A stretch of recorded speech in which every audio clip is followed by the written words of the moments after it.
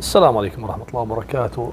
احنا لما حكينا بداية حراك حركة حماس في الأردن، طبعا بحب أطمئن الإخوة جميعا في الدول العربية والكتاب والصحفيين. احنا على أرض الواقع ما في شيء إخواني، خلينا أطمئنكم، يعني هذا الحكي والله لا ريب فيه ولا شك فيه. الاعتصامات بتصير بمحيط السفارة الإسرائيلية. طبعا السفارة الإسرائيلية فارغة، طبعا يعني خلينا نحكيها بصراحة ما بنستفيد منها. احنا كشعب أردني بنطالب بإزالتها، بس راح يطالبوا فيها الفلسطينية بعد فترة. الفلسطينية راح يطالبوا مرة ثانية بفتح السفارة الإسرائيلية لأنه بتخدمهم.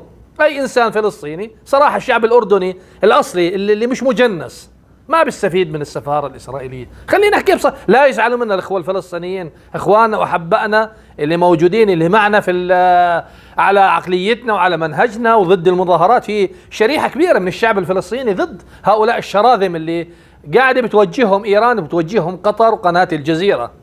خلينا أحكي لكم بصراحة، محيط بس المظاهرات بتصير واعتصامات بمحيط السفارة الإسرائيلية التي يستفيد منها فقط الشعب الفلسطيني. احنا كأردنيين والله بنطالب بإزالتها وحرقها وإلغاء اتفاقية وادي عربة، ولكن اتفاقية وادي عربة تخدم الفلسطينيين في الأردن، السفارة بتخدم الفلسطينيين في الأردن. ما في فلسطيني بيقدر يزور أخوه الفلسطيني في الضفة الغربية إلا عن طريق السفارة. قضي الأمر الذي فيه تستفتيان، ما بدنا إياها كأردنيين، وراح يطالبوا فيها. وبذكركم بعد فترة راح يطالبوا الفلسطينيين اللي جوازاتهم لغاية الآن بالقنصلية الإسرائيلية، في أكثر من 500 جواز فلسطيني داخل القنصلية الآن، راح يطالبوا بفتحها وتسهيل أمور العابرين من وإلى فلسطين.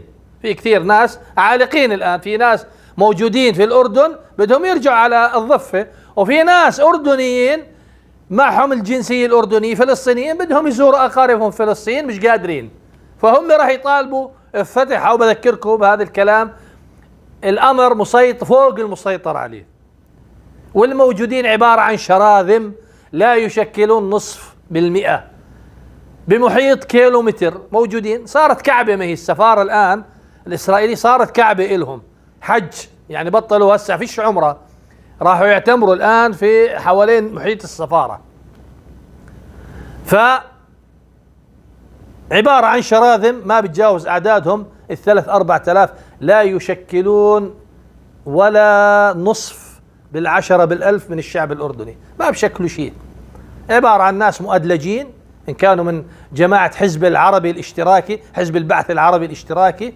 شوف كيف اجتمعت المؤامرة، حزب بعث مع الحمساويين الميليشيات اللي في الأردن.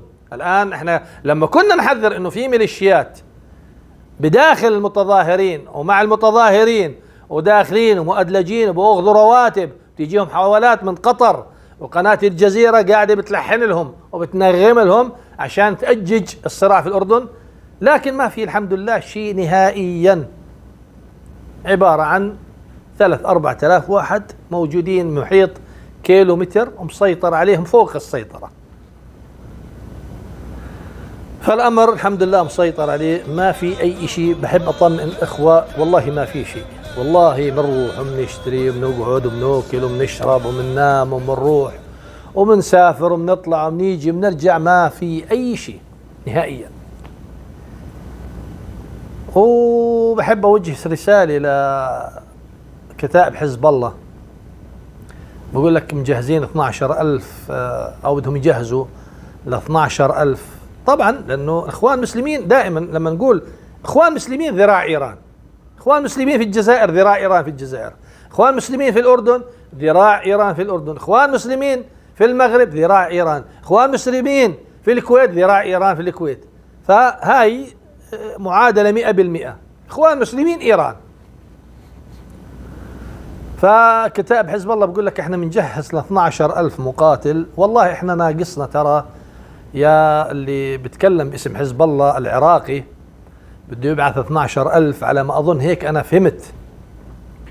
والله احنا ناقصنا علف للحمير، عندنا نقص والله علف للحمير. فبإذن الله يعني إذا تعديتوا تجاوزتوا، طبعا ما راح يتجاوزوا.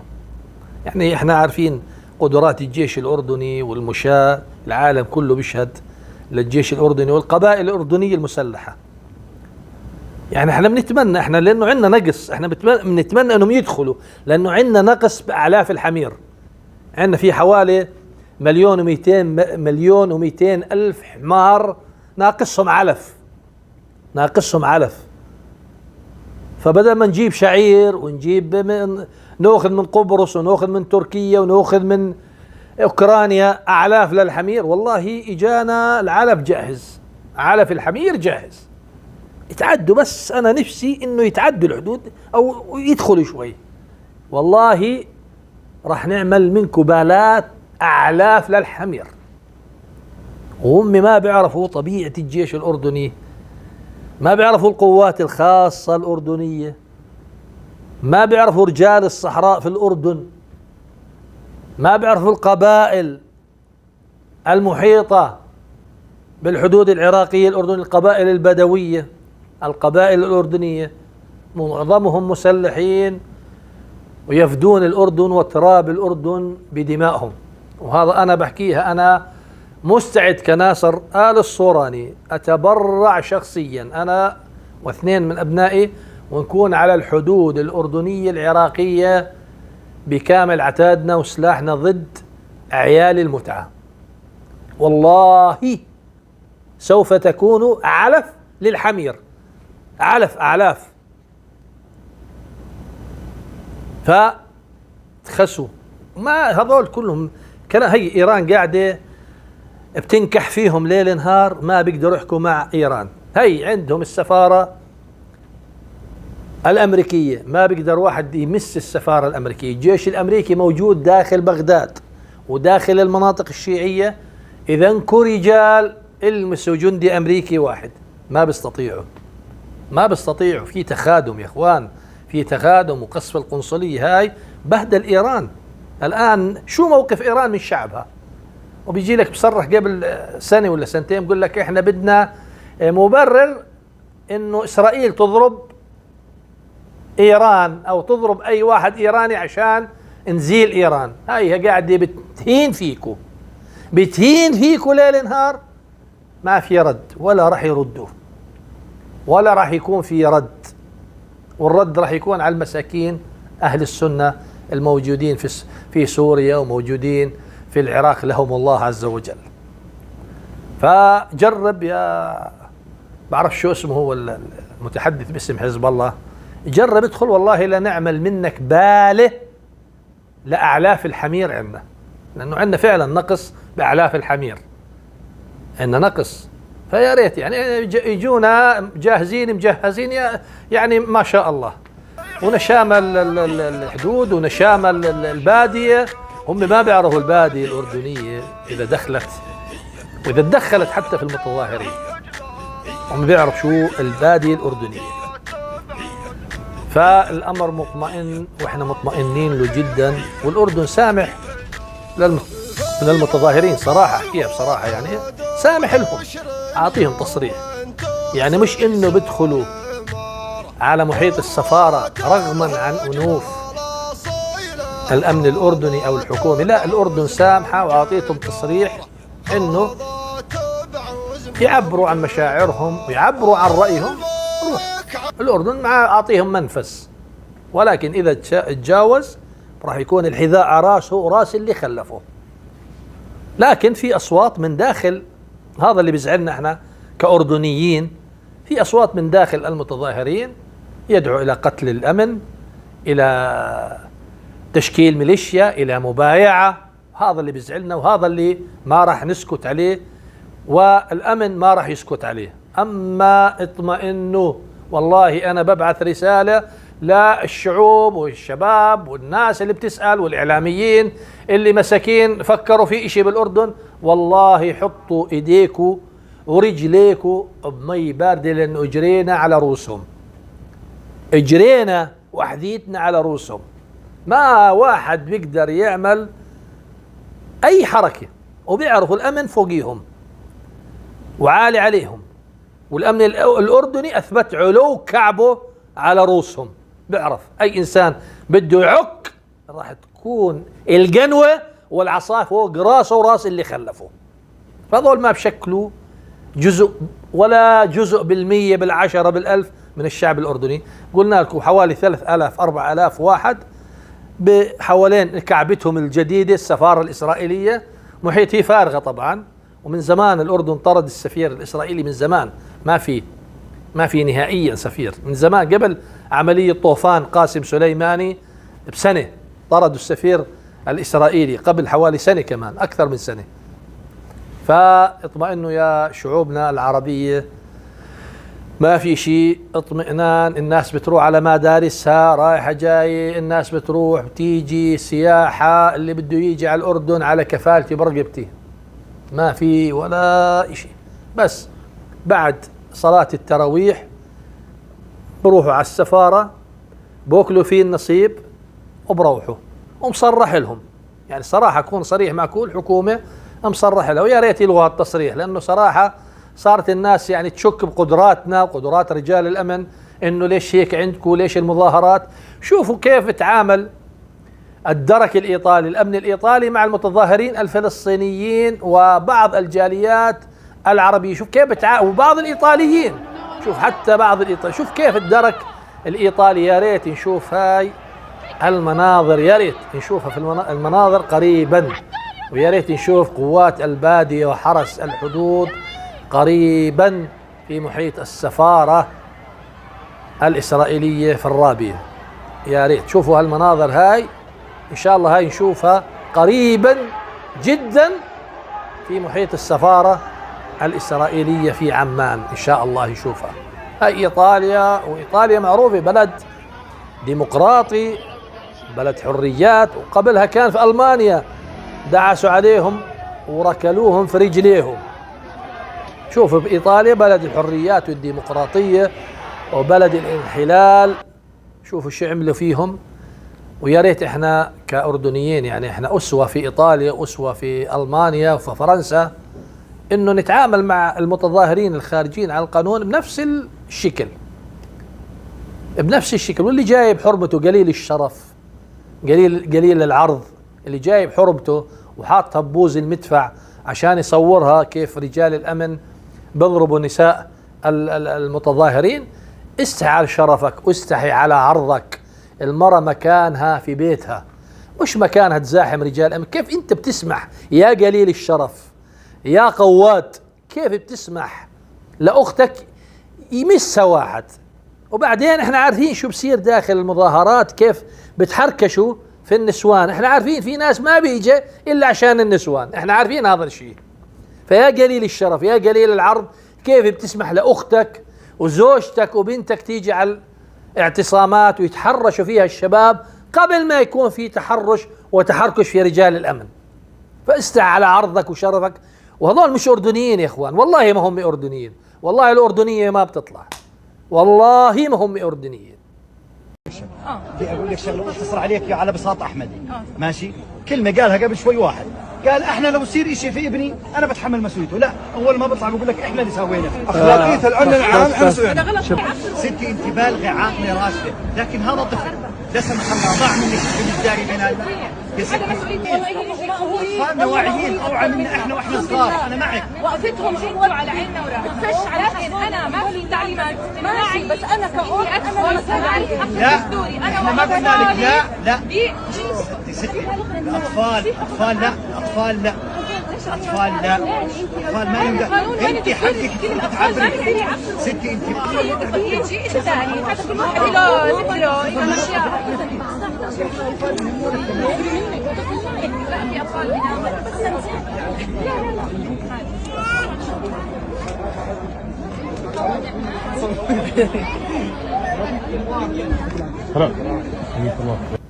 فعيب، وجايبين كمان أطفال صغار عشان ينخنقوا. يقول لك ها شوف الأمن الأردني يلقي المسيل الدموع على الأطفال واختناق الأطفال، ويعملوا شو إعلامي ويروجوا لهذا الأكاذيب. وقناة الخنزيرة الإيرانية جاهزة، قناة الخنزيرة الإيرانية جاهزة.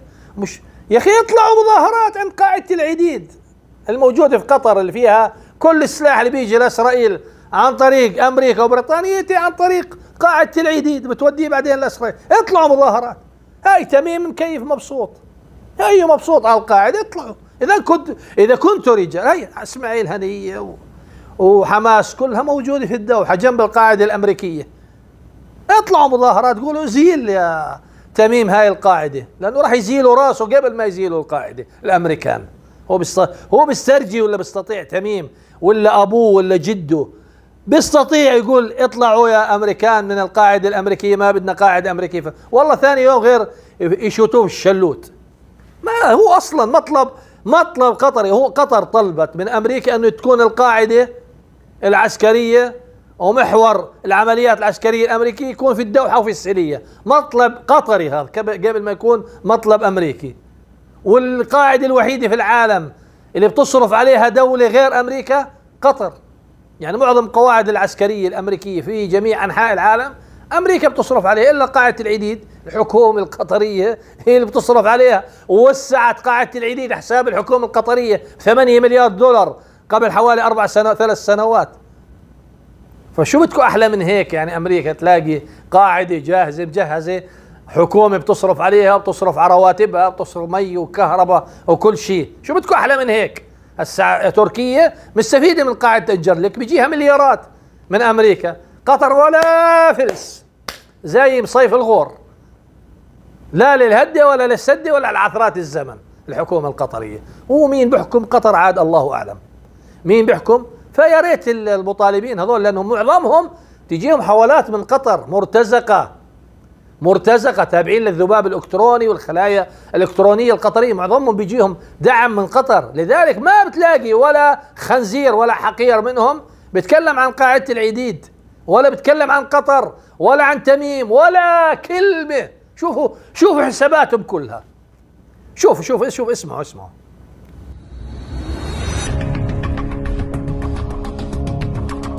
حتى لو كان اخوك على الحدود واقف اذبح وادخل بدك تدخل الحدود. عمل زي شباب الضف اللي بيروحوا يتهربوا يعملوا طعن. وين المشكله لما تتعنك 1 2 3 يشتغل لك مره مرتين 3 وهذا اللي حيأثر عليهم. وراح على اماكن وين وجود الامن الحساسه. هذا حارس الامن الاردني مثل اي جندي اسرائيلي، هذا لازم يتحاسب ولازم يتم قتله. داير ما يدور بتعطيها قدحة نار وبترميها، بعدين والناس متجمعة تطلع على سور السفارة بتوقف وبترفع علامة النصر الله أكبر، بتطل مولوتوف بتولع بتزتها وين؟ على المواد الحارقة. بدي النار للسمية تتقب بالنار والجماهير والناس المتجمهرين بدهم يهجموا على السفارة.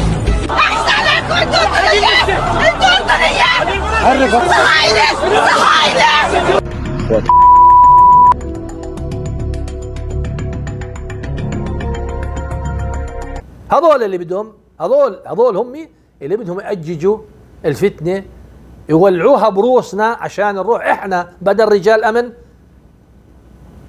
خلص الواحد خليه ساكت، منهاش الدنيا رمضان بعيد وبكرر فيش اشي. الحمد لله رب العالمين وضعنا كله تمام، يعني ما في اشي، والله ما في اشي.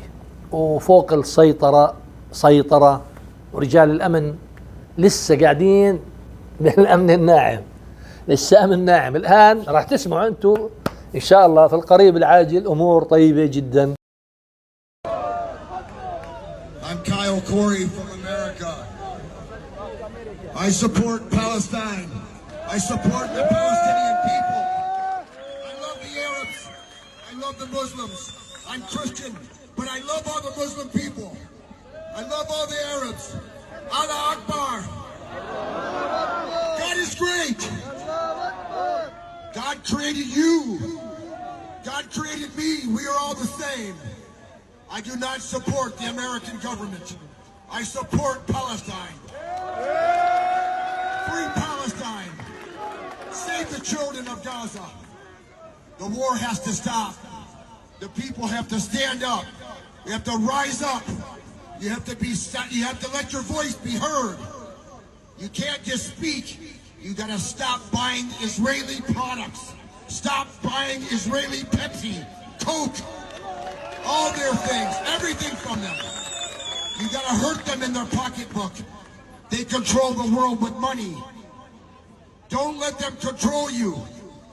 Be free. Free Palestine. Free Palestine forever.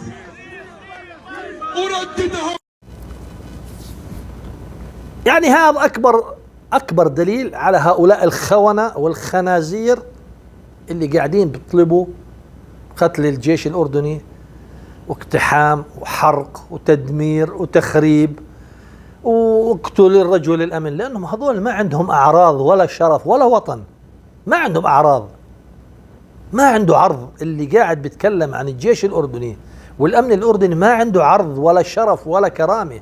الأردن اللي أعطاك الجنسية في الوقت اللي سوريا بتحتقر اللاجئين الفلسطينيين، حاطينهم قفص في لبنان، تحتقر الحكومة اللبنانية وجماعة بيحتقروا اللاجئ الفلسطيني، حاطينهم قفص. الساعة 7 الصبح بتطلع من المخيم وبترجع الساعة 7 المساء، ممنوع تطلع بعد 7 في لبنان، وفيش جنسية لهم، وممنوع يتملك، وممنوع يشتري سيارة، وممنوع يبني، وممنوع يتجوز لبنانية. تخيل.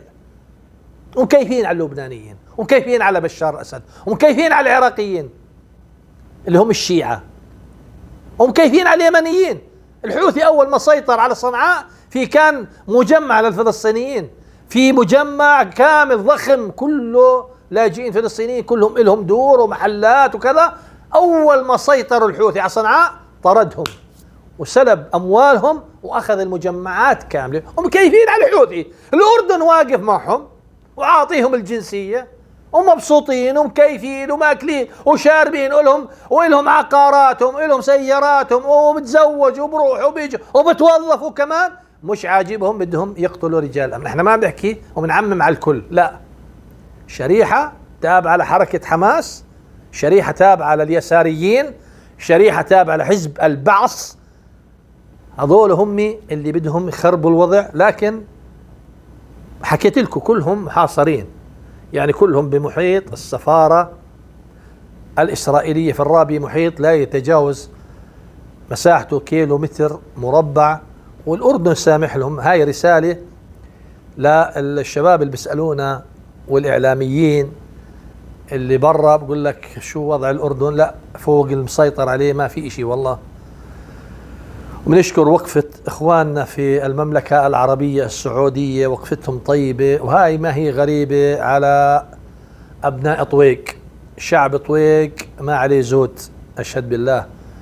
ونشكر موقف الشعب الإماراتي والحكومة الإماراتية، هاي ما هي غريبة على عيال زايد. ونشكر الأشقاء في مصر والحكومة المصرية على موقفها ودعمها للأردن. السعودية قالت الأمن الأردن خط أحمر بالنسبة للسعودية، وكذلك الإمارات ومصر العربية. فمن هنا نشكرهم على مواقفهم، إن كان موقف رسمي ولا موقف شعبي. هاي ما هي غريبة على شعوب وبلاد أحبتنا ونحبهم. هذا اللي حبينا نحكي اليوم. وما ضر السحاب نبح الكلاب. وأنا بعيد وبكرر، بوجه رسالة للميليشيات الشيعية في العراق اللي قاعدة بتقول بدنا ندخل 12,000 أو ندعم 12,000. والله عندنا نقص لأعلاف الحمير، يا ريت تيجوا عشان نعمل كبالات علف للحمير، لأنه والله بينه وبينكم أعلاف الحمير عندنا فيه تناقص كبير. السلام عليكم.